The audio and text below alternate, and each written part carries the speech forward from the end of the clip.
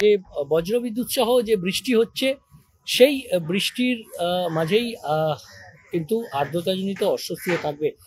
অর্থাৎ এই কয়েকদিন মঙ্গল বুধবার পর্যন্ত আর্দ্রতাজনিত অস্বস্তি চরমে থাকবে এবং আর্দ্রতাজনিত অস্বস্তির পাশাপাশি থাকবে বিক্ষিপ্তভাবে বৃষ্টির সম্ভাবনা। আজ কলকাতা সহ দক্ষিণবঙ্গের বেশিরভাগ জেলাতেই বজ্রবিদ্যুৎ সহ বৃষ্টির সম্ভাবনা থাকবে। কোথাও কম, কোথাও বৃষ্টি, বজ্রবিদ্যুৎ সহ হালকা থেকে মাঝারি বৃষ্টি। উপকূল ও সংলগ্ন জেলাগুলিতে 30 থেকে 40 কিলোমিটার গতিবেগে দমকা ঝোড়ো বাতাসের সম্ভাবনা থাকবে।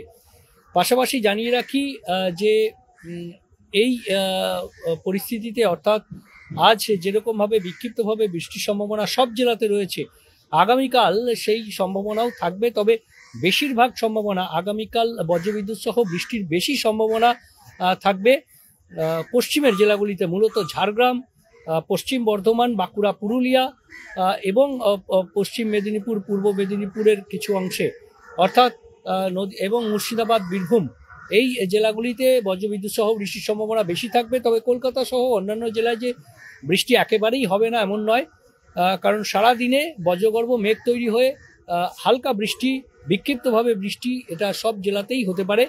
আগামীকালও সেই সম্ভাবনা থাকছে। তবে আজ যতটা সম্ভাবনা, এবং আজ যদি বৃষ্টি না হয় কলকাতায়, সেক্ষেত্রে আগামীকাল সম্ভাবনাটা একটু বাড়বে। তবে আজ বজ্রবিদ্যুৎ সহ বৃষ্টির সম্ভাবনা থাকছে এমনটাই আবহাওয়াবিদদের মত, এবং আগামীকাল সেই সম্ভাবনাটা কম থাকছে। আজ যতটা বেশি থাকছে আগামীকাল ততটা কম থাকছে। এবং আরও একবার জানাই যে এই বজ্রবিদ্যুৎ সহ বৃষ্টি কারণ বর্ষাকালের বৃষ্টি, এবং যখনই বজ্রগর্ভ মেঘ তৈরি হবে, তবে এই সম্ভাবনা যদি আজ কমে যায়, অর্থাৎ গতকাল ভারী বৃষ্টির কারণে আজ সম্ভাবনা যেটা রয়েছে সেই সম্ভাবনা যদি কমে যায় বা না হয় বৃষ্টি, সেক্ষেত্রে আগামীকাল বৃষ্টি হওয়ার সম্ভাবনা বেশি থাকবে। তবে আগামীকালও দুপুরের পর, অর্থাৎ বেলা 1:30 থেকে বিকেলের দিকে এই সম্ভাবনাটা বাড়বে, অর্থাৎ সেকেন্ড হাফে অপরাহ্নের দিকে এই বৃষ্টির সম্ভাবনাটা বাড়বে, এমনটাই জানাচ্ছেন আবহাওয়া বিজ্ঞানীরা। তবে দক্ষিণবঙ্গে বৃষ্টির সম্ভাবনা বাড়বে পরবর্তীতে, অর্থাৎ নিম্নচাপের সম্ভাবনা রয়েছে। বুধবার ঘূর্ণাবর্ত তৈরি হবে, বৃহস্পতিবার নিম্নচাপ তৈরি হবে এবং তারপর সেই সম্ভাবনা বাড়বে।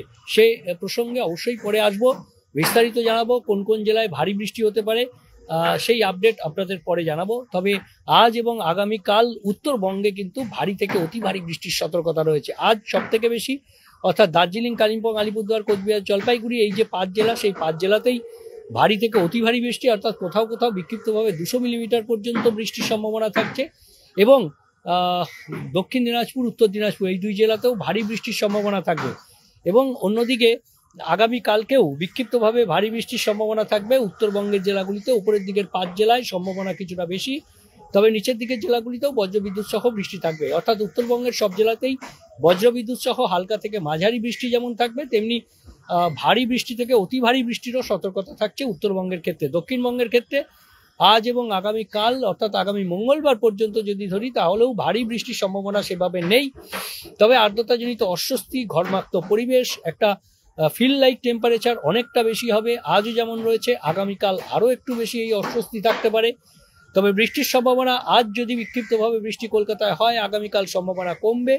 তবে বৃষ্টির সম্ভাবনা থাকছে, কারণ মৌসুমি অক্ষরেখা রয়েছে এবং তার উপর যে জলীয় বাষ্প বাতাসে প্রচুর পরিমাণে রয়েছে, সেইখান থেকেই বজ্রগর্ভ মেঘ তৈরি হয়ে সেই বৃষ্টির সম্ভাবনা থেকেই যাচ্ছে।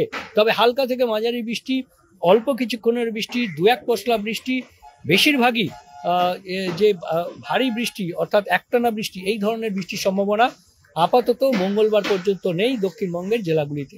আরও একবার জানাই, কলকাতায় আজ যেমন আর্দ্রতাজনিত অস্বস্তি রয়েছে, আগামীকাল এই অস্বস্তি আরও একটু বাড়বে। এবং আজ বৃষ্টির সম্ভাবনা রয়েছে বজ্রবিদ্যুৎ সহ হালকা মাঝারি, তবে এই বৃষ্টি আজ না হলে আগামীকাল সম্ভাবনাটা আরও একটু বাড়বে। তবে আগামীকালও ছিটে পড়া বৃষ্টির সম্ভাবনা থেকেই যাচ্ছে, কারণ মৌসুমি অক্ষরেখা ও বাতাসে জলীয় বাষ্পের পরিমাণ বেশি থাকছে। ধন্যবাদ, নমস্কার, ভালো থাকবেন, দেখতে থাকবেন অবশ্যই নিউজ 18 ডিজিটাল, সব খবর সঠিকভাবে সবার আগে। ধন্যবাদ।